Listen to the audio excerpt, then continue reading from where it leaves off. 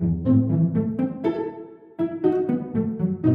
know when you're reading a book or you're sight reading music and you realize you don't really have to think too much about what you're reading? Like you don't have to look at each individual note or word in order to comprehend what's going on or the context of the music or the story. That's kind of what I realized during this drawing. I knew it was going to be hard because of the lighting, but again, the lighting is the reason I chose it. One of the reasons. Because it's so dark, the light's coming from behind him. Maybe the darkness is what makes it. The side of his face that you can see is so shadowed, and when you squint you can't see a lot of detail, but the stuff you can see with a lot of detail is just like that one sliver of his face. On the technical side of things, I wanted to see if I could capture Mark's likeness, and also I wanted to see if I could get his expression. You see a lot of like posed images like from photo shoots or just like angled like, you know, and that's what you usually think of when you think of a portrait. But there's so much expression in his face, and I wanted to see if I could actually get it. That's the reason I wanted to draw it, but I didn't really realize how hard it was going to be because of the way that I was going about everything. I'm doing everything wrong. The reason I bring up the reading and the sight reading music, I can't think of a better way to explain the realization I made. What I realized is that I was thinking too much about what I was doing. There were 2 attempts to do this. Moment of truth. We're gonna start over. The first one I started with the whole layer of charcoal and then I blended it with the toilet paper. I did like the whole thing that I did with the Valheim drawing and the tiger drawing, and you know, I tried to see if that would be sustainable or consistent, but it wasn't. I had to wipe away the face 3 times before I finally decided to start again. I spent about 4.5 hours on that first attempt, and I was really frustrated through the whole thing.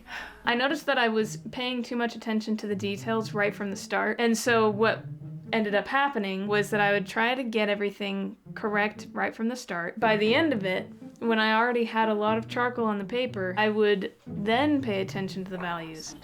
That's kind of a little backwards, or it kind of seems a little counterintuitive, but I also thought that most of my problem was not knowing the mechanics of charcoal, because natural charcoal is extremely hard to work with if you don't know what you're doing.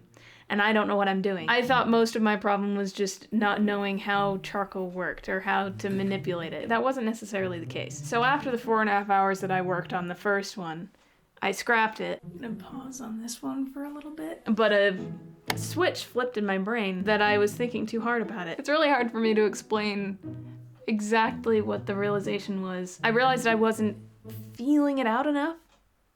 Sufficient way to put it. I was too afraid of making a mistake, and I've always heard that, you know, you incorporate your mistakes. You never be afraid of making mistakes. You incorporate your mistakes into the image, but it never really clicked for me. And the irony is, I've always been a fan of order out of chaos, that idea. It's always been my most random sketches that I've really liked. Like if I'm sitting in a random place, and I happen to have a piece of paper and a pen, and I just look at something random and I kind of just scribble it out. I have done that a few times. Not a lot, but a few times. And those drawings always turn out to be the ones that I'm most satisfied with for some reason. Because in those moments I wouldn't really try. You know when you're reading a book and you realize you don't really have to think too much about what you're reading? Like you don't have to look at each individual note or word in order to comprehend what's going on. I would just go with what I saw and the feeling, and I wouldn't think too hard about things. Like in 2019, there was an Instagram story chain that I became a part of where everybody was drawing dinosaurs and everybody was drawing cartoon dinosaurs. So I wouldn't say I'm a nonconformist, but I decided to draw a realistic dinosaur. So I pulled up a picture of a dinosaur and drew it with my finger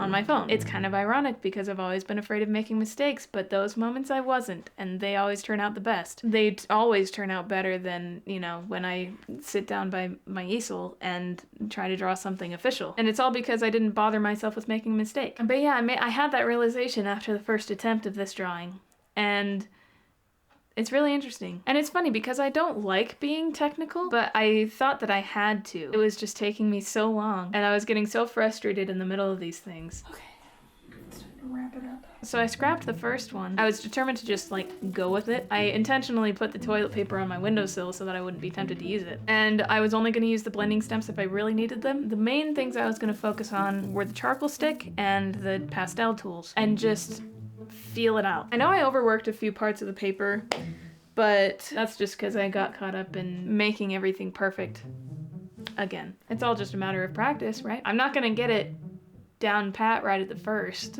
And eventually, like at the end, I want to think about that technical side of things so that it doesn't look like a completely different person. Total time I think was 3 to 4 hours. Again, I don't know why it always takes me like 3 or 4 hours to get these things done, but I think I'm pretty happy with it. I mean, to me it looks like Mark.